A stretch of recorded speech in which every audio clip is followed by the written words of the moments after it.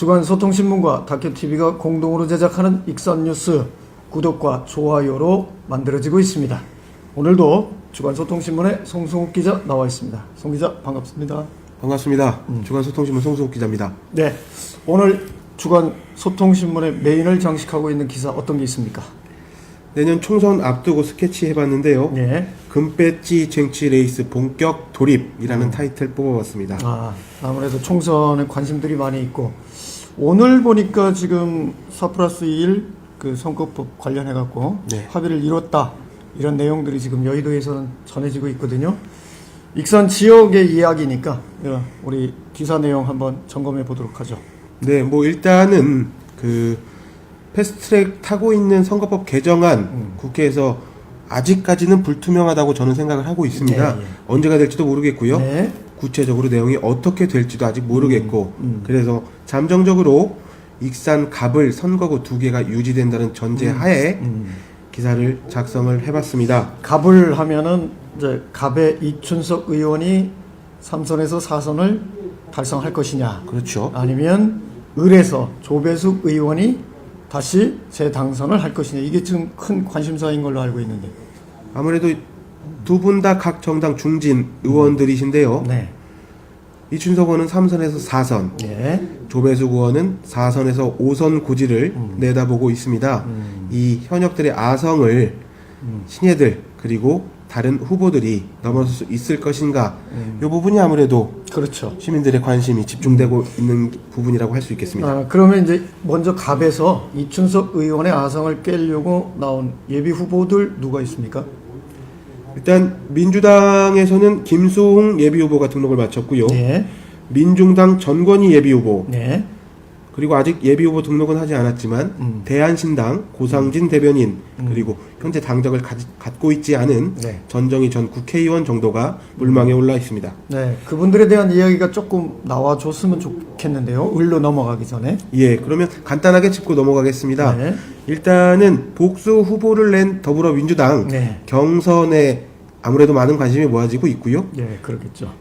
그 얘기를 먼저 하겠습니다. 네.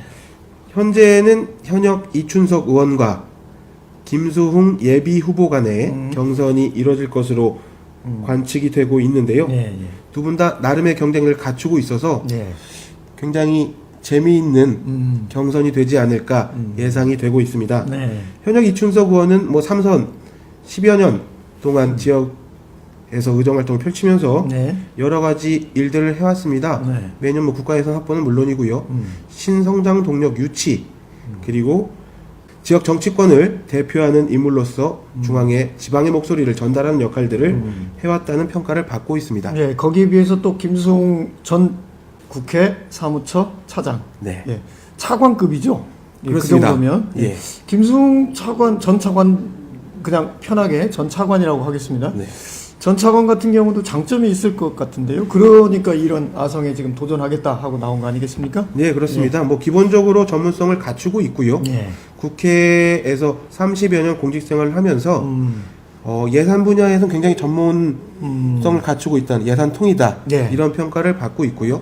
무엇보다도 맞서 싸워야 하는 이춘석 의원과 대비해서 네.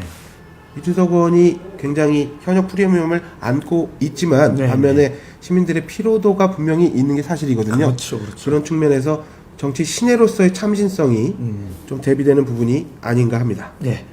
그리고 나머지 세 분은, 지금까지의 세 분은 어떤 특색들이 있는가요? 먼저 예비후보 등록을 마친 민중당 네. 전권희 예비후보는요. 네. 지난 총선 때도 마찬가지로 도전을 한번 했습니다. 안타깝게 고배를 마셨는데요. 네. 민중당 기치에 걸맞는 노동자, 농민, 서민을 대변하겠다. 그리고 이 당약에 치우치거나 네. 호남파리로 연명하고 있는 지역 정치, 뭐 그분이 주장하는 이 구호입니다. 이게 네, 그렇죠. 그런 그렇죠. 것들을 척결을 하고 새로운 정치, 새로운 희망을 익산에 안기겠다는 포부를 밝히고 있습니다.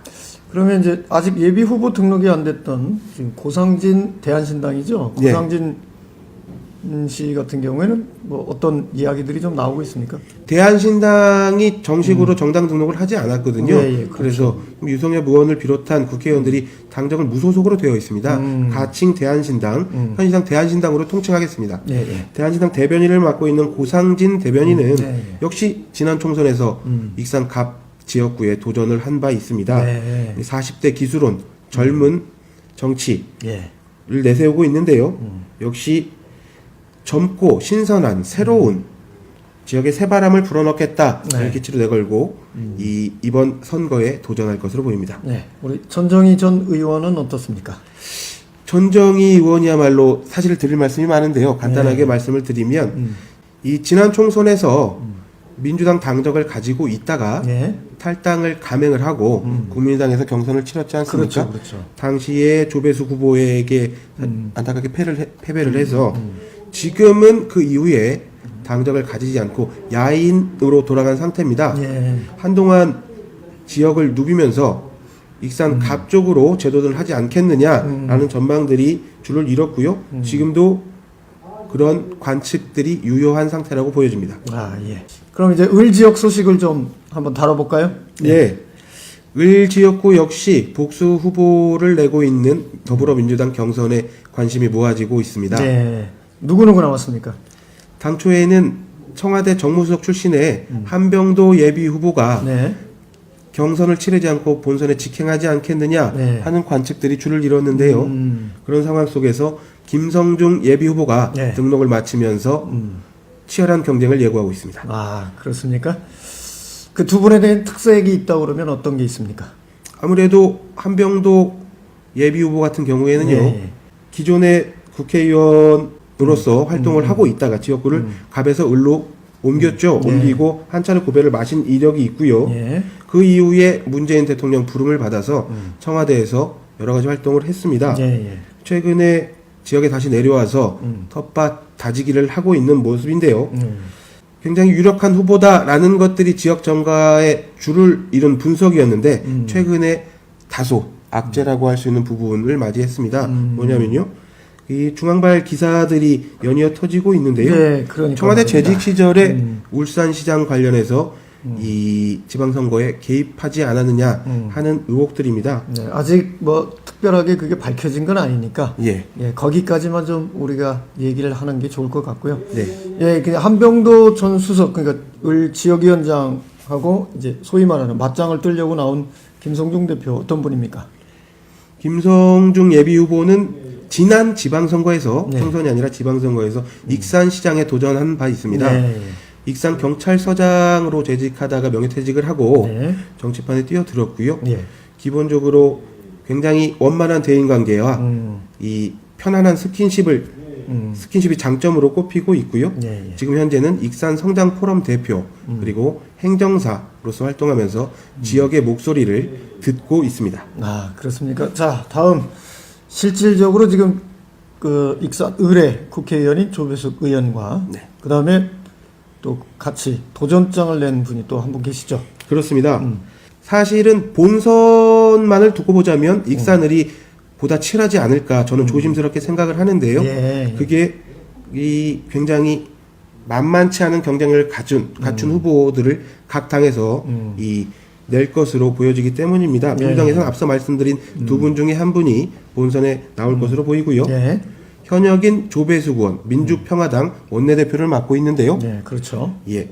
뭐 사선의 경륜, 경험, 그리고 의정활동, 여러 가지 현역 프리미엄을 안고 있는 게 사실이고요. 최근에 국회가 파행을 계속 빚고 있지 않습니까? 네, 그렇죠, 그렇죠. 4+1 체제가 되면서 민주평화당 원내대표로서 참여를 하고 있거든요. 네. 그러면서 국표 확보라든가 여러 가지 이 노출되는 부분들이 긍정적인 요인으로 작용할 것으로 예상이 됩니다. 네, 다른 당 후보는 또 누가 있습니까? 역시 지난 총선에서 안타깝게 고배를 마신 정의당 권태홍 사무총장입니다. 예. 뭐 진보 진영에서는 두루 널리 알려진 인물인데요. 예. 이 역량도 인정을 받고 있고 정치적 역량 물론이고 예. 굉장히 일에 대한 욕심이 많아서 의욕적인 모습으로 항상 지역을 누비고 있다는 평가를 받고 있습니다. 예. 실제로 지금 이 서울 중앙당 사무총장을 맡고 있기 때문에 네, 예, 예. 서울하고 익산을 계속 매일같이 오가면서 활동을 하고 있고요. 최근에는 특히 장전마을 예. 인과관계를 밝히는데 굉장히 큰 역할을 했다는 평가를 주민들로부터 받고 있습니다. 예. 지금 오늘은 이제 금배지를 쟁취하기 위해서 레이스가 본격적으로 돌입한 소통신문의 메인 기사를 가지고 이야기를 좀 나눠봤습니다. 익산갑 의뢰 그 후보로 이렇게 활동하시고 이제 누가 될지는 시민들의 몫입니다만은 제발 시민들, 국민들 위에서 움직이는 분이 당선됐으면 좋겠다는 소망을 밝혀봅니다. 예, 뭐 저도 기자이자 유권자로서 방송을 통해서 드리고 싶은 말씀은요. 항상 선거 때가 되면 최선이 아니면 차선을 택해야 된다고 말씀들을 많이 하시는데요. 예, 예. 거짓말하지 않는 후보 찍으시는 게 정답이라고 저는 생각합니다. 네. 오늘 준비한 소식은 여기까지 하도록 하겠습니다. 감사합니다. 감사합니다.